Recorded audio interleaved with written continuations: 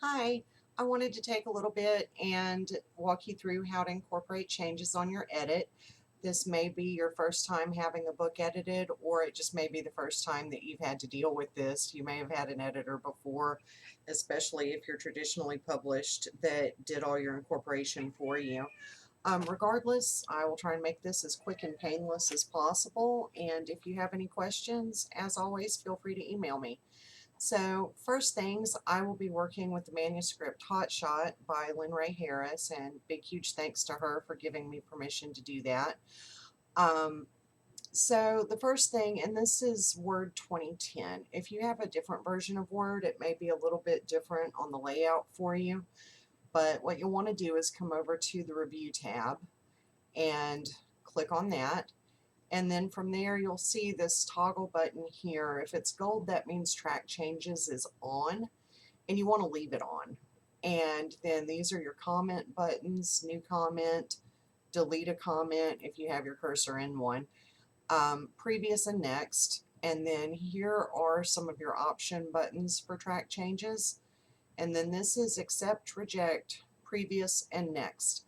Now, for accept and reject, the automatic setting is if you click accept, it's going to accept and move to the next change. You don't have to physically go accept and then next.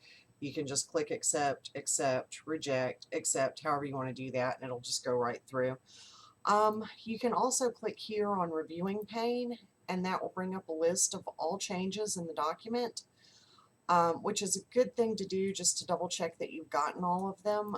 But I really recommend using the accept and reject buttons because that minimizes the chances of missing changes, especially for little things like commas and spaces, line returns, things like that that are just really hard to see with the naked eye. Another note, when you see a little vertical line like that in the left margin, that indicates that a change was made somewhere on the line. So again, if you use the accept and next buttons, it's a lot easier to see those. The other options you can do, there's final, show markup, final, and original. Original is the document as it originally was with no changes incorporated. Final is the document as it would be if you accepted all changes. And then final show markup is the final version with markup changing. As far as I can tell, that's probably exactly the same as original show markup. If there's a difference, I don't know what it is. Show markup here gives you some options, like if you want to have a comment showing, yes or no. Ink, I'm unsure what that is. I've never had occasion to use it. Insertions and deletions, that's your red lines. Um, and then formatting is things like highlighting, italics, bold, that sort of thing. Um, Markup area highlight, again, I don't know exactly what that does. I've never had reason to use it. Reviewers is very handy, especially if you have multiple people making changes in a document. That will let you toggle between various users. The changes will still be there, they just won't be visible. So you just toggle those off and on. Um, and balloons let you change how the layout is done when you're looking at it, like that show revisions in balloons where insertions are done inline and deletions are listed in bubbles out to the side. If you're a little bit, if you find it a little bit awkward looking at all of the changes within the document, one thing that you can do is switch to final, and sometimes that's more helpful. And then what you can do is highlight the entire page if you want and accept or reject whatever's on the page. But again, my personal recommendation is just to go from one to the next using the accept and next and reject buttons. So, okay, comments are the first thing. This is my general comment, and it just says that, before I start editing, I go through and make formatting changes. That means stuff like double spaces instead of single spaces, directional quotes instead of straight quotes, formatting of em dashes and ellipses, things of that nature. And I do that with track changes off. to make it easier on you so that you're not having to go through 6,000 plus changes. And also, Word gets really hinky if you have a whole lot of changes in a document. It'll start glitching and locking up. So that's another reason you don't want to do those with track changes on. Um, but once you read a comment, you just right click on it and delete it. And I'll get to that one caveat with that in a little bit. This is the next one, and it just says, you know, as a note, I'll change dialogue, and you'll be able to review it if you want to reject the change or stet the change. Because of your character's unique voice, that's fine. But, you know, I do correct it. You don't have to accept the correction on dialogue if you don't want to. So delete that comment, and then we will go back to that. I'm actually going to change the markup layout because somehow I have the wrong, there we go, show format. So, okay, start with the cursor up there, and we will go next for that first one. And the change here, originally it said there was nowhere else to have a visual of the entire rear portion of the house. And I changed it to nowhere else had a visual of the entire portion of the house. So if that's okay with you, you just click accept and then accept. And that's a weird thing with Word. It counts for things like that, a single, what I would call a change, as two changes, because you've got the insertion of the new wording, that's one change, and the deletion of the old wording is a second change. So just be aware that you have to make two accepts to accept that change like that. Okay, the next thing, if you look at my comment here, I talk about that I use highlights for certain issues, mainly repeated words and phrasing or similar sentence construction or joining two paragraphs, because that's one of those things that even if you know what you're looking for, it's really difficult to spot when two paragraphs have been pulled together. So once you've got that, you can just right click and delete the comment. And then for highlights, once you see what the issue is, if you'll recall, I said I use yellow highlighting for repeated words and phrasing. You don't want to keep the yellow highlighting though, so you just right click on that formatted bubble and click reject format change and reject format change. And then you'll notice that you've got houses selected.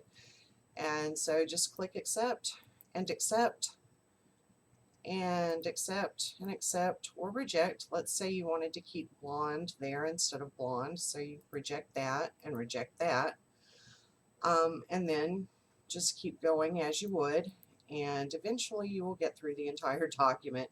It's not a horribly time-consuming process usually, but I would say set aside probably at least a day to work through it. You know, it'll probably take a few hours. I do encourage you, while there is an option to accept all changes, I encourage you not to do that, because I put a lot of comments in that as you look at those, hopefully that will show you new techniques that you can use in your writing.